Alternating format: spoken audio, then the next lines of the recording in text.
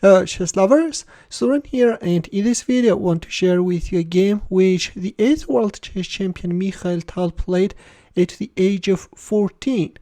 In this game we are not going to see fireworks on the boards. Moreover, Mikhail Tal would manage to pull out swindle and win only by relying on opponent's mistake in an absolutely lost position.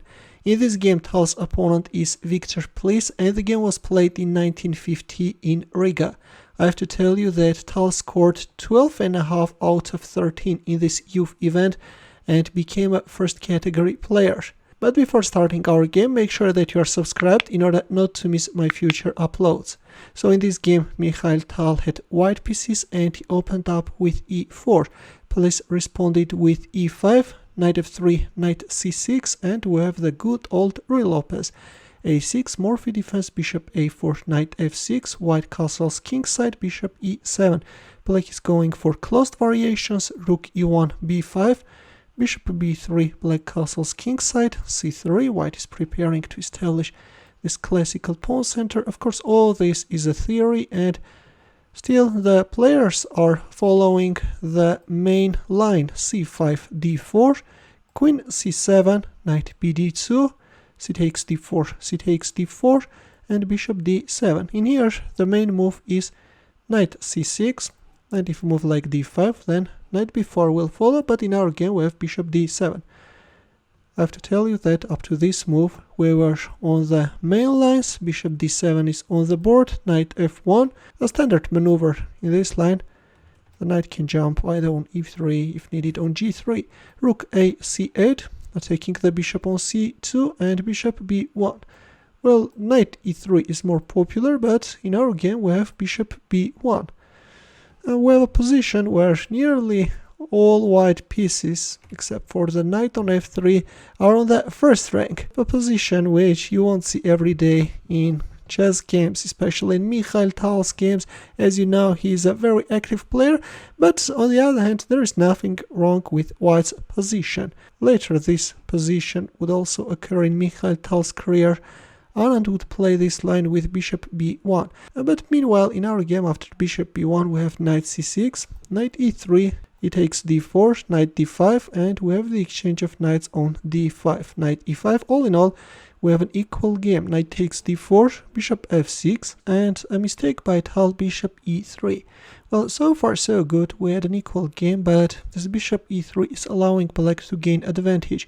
Instead, it was better to play b3, preventing any possible knight c4 jumps, and then white can fianchetto his queenside bishop, and the bishop can act as a nice counterbalance to black's bishop on f6. But instead, in our game, after bishop f6, we have bishop e3, and black instantly used his chance playing knight c4, b3, and knight takes e3. Black is removing the dark squared bishop, and already white is in trouble. Tal recaptured with the f-pawn, which is virtually forced. Otherwise, if rook takes e3, then black can intensify the pressure on d4. The nasty pin is going to be catastrophic for white. Rook e4 is now the threat, and now if rook d2, then queen c3. If knight c2, then bishop f6 or even g6.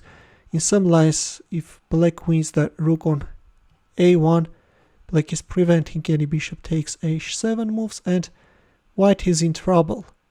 Then bishop f5 is coming, yeah, black is winning. That's why in our game, after knight takes e3, we have f takes e3, rook e8, rook f1, and queen c3. Black is totally dominating the position and white is in trouble. Here Tal decided to mess things up and went for an exchange sacrifice. Rook takes f6 is on the board. Tal is giving up the exchange in order to get rid of black's powerful bishop and is somewhat weakening black's kingside. A desperate attempt, but this will later play a role in the game. Bishop f5, queen takes e3 check. Meanwhile, white is losing a pawn, king h1. We have the exchange of light squared bishops and queen e2. Although playing queen f4 is better, at the same time protecting the pawn on d6. Queen d4, Tal is rejecting the offer, coming after the pawn on f6. Although knight takes d6 was also playable. And rook e5 by Pliss. Knight takes d6, rook c2. Black is giving up that pawn in hope of creating a decisive attack, but still white is holding. Rook g1. Rook takes a2, queen a7, coming after the pawn on f7. That's why black protected it. And queen a8 check. King g7, knight e8 check, king g6 and d6. Now Tal wants to make use of his passed pawn. At this point black has a huge advantage, almost +5 advantage, but by playing rook d5, black is allowing white to fight back. Instead it was better either to play rook e3 or queen f5, stopping the d-pawn's advancement. If knight c7, then rook d2. Yeah, black is doing great, no problem at all. Queen g8 check can be met with king h6. But in our game after d6 we have rook d5 and knight c7 by black. Black is both attacking the rook and is also freeing the 8th rank for the queen. Rook takes d6, which is a blunder and is allowing Tal to win. Instead it was better to play rook d3, and if we move like queen g8 check, then king h6, black is holding rook a d2.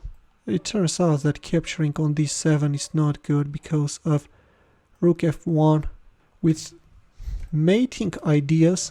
That's why after d7 simply rook a d2.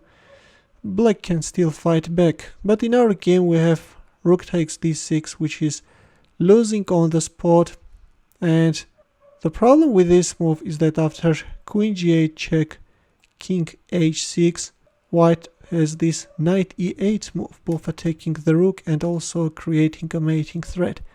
But in our game after queen g8 check, black played king f5 and after g4 resigned. Yeah, that rook takes d6 was a mistake and Tal won. This is a dear chess lovers. Sometimes I'm reading comments like, what about a queen sacrifice by Tal where he lost, or what about a game where he had a lost position and won? Typical games are also interesting, deviating from ferocious attacks and pulling out swindles, and I hope that you enjoyed this game greatly. In the end, a chess puzzle for you, where the task is to find the winning line for white. It's white to move, and I will wait for your answer in the comment section. Thanks for watching. Here are more suggestions for you. Feel free to check them out as well. I will see you in my next video. Take care.